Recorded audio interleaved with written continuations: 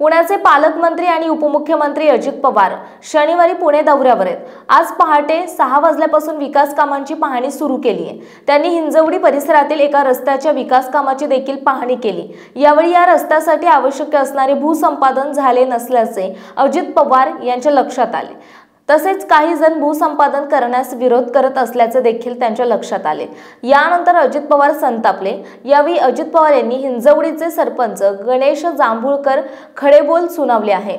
यावेळी काही प्रसार माध्यम आणि पदाधिकारी या संपूर्ण संभाषणाचे रेकॉर्डिंग करत होते।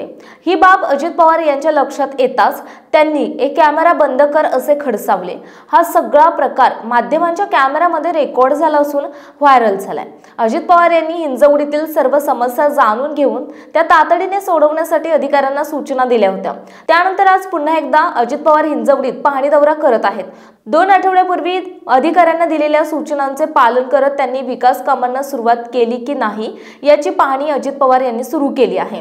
उपमुख्यमंत्री अजित पवार यांच्या आदेशानंतर प्रशासन कामाला लागले आहे। हिंजवडीसह परिसरातील वाहतूक कोंडी दूर पुणे महानगर प्रदेश विकास प्राधिकरणाच्या माध्यमातून कठोर पावले उचलली जात आहेत। दरम्यान अद्यापही या कामांच्या मध्ये काही जण येत असल्याचे अधिकाऱ्यांनी यावेळी अजित पवारांना सांगितले। त्यावेळी त्यांनी कामामध्ये येणाऱ्यावर 353 लावा म्हणत अधिकाऱ्यांना सूचना दिल्या। तर यावेळी अजित पवार यांनी हिंजवडीच्या सरपंचांना देखील खडेबोल सुनावले।